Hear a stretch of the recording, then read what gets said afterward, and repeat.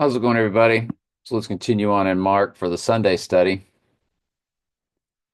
Mark 7:17 through 27. Hang on just a second. Let me load this video.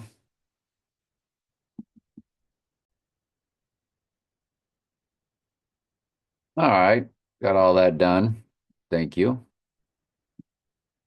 And when he was entered into the house from the people, his disciples asked him concerning the parable. And he said unto them, Are you so without understanding also? Do you not perceive that whatsoever thing from without entered into a man, it cannot defile him? Because it entereth not into his heart, but into the belly that goeth out into the drought. So this all goes back to, the washing of the hands. It doesn't matter about dirt, filth, grime that's on your hands when you eat. And goes out the belly, goes out into the draught. So it's when you poop it out, purging all meats, purging all your food out of your body. And he said, Is that what comes out of a man that defileth the man? So what comes from the heart? What comes from the mouth? For from within, out of the heart of men proceed evil thoughts, adulteries, fornications, murders, thefts, covetousness, wickedness, deceit, lasciviousness, an evil eye, blasphemy, pride, foolishness. All these evil things come from within that defileth man. And of course, that's from their spirit. That's when they don't have the Holy Spirit. And from thence he arose and went into the borders of Tyre and Sidon and entered into an house, and would have no man know it, but he could not be hid. For a certain woman whose young daughter had an unclean spirit, so somebody's got demons. Again, all of Jesus's miracles were parallels to what he does for us. When he calls us, he casts out our demons that rule over us. I used to be a pagan Roman religion astrologer person, frequent fornicator, uh, overdoing it with alcohol or now legal funny cigarettes was no big deal.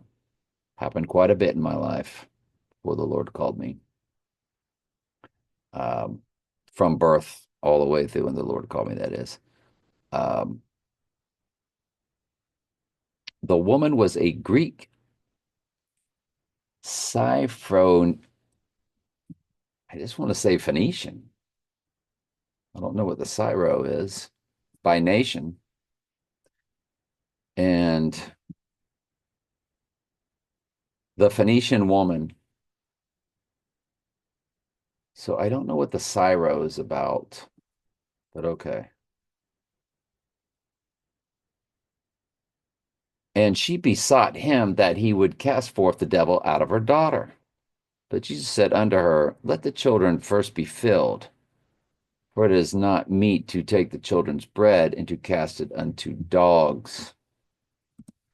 And I think what he's saying there is this kind of goes, let's go to 27.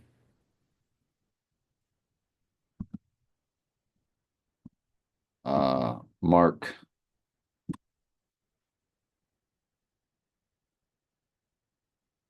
7:27.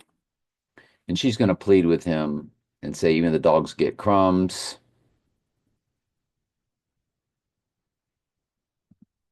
And because it's like, since she's not a Jew, it's like, why should I do a miracle for you?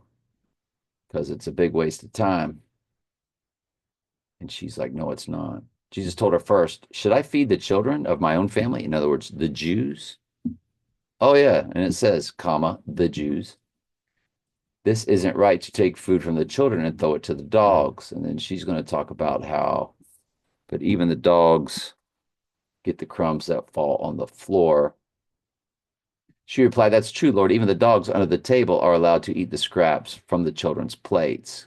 Good answer, he said. Now go home, for the demon has left your daughter. So, anyway, we'll get into the rest of that tomorrow. Let's continue on with Daniel. The Median Empire, the Medes.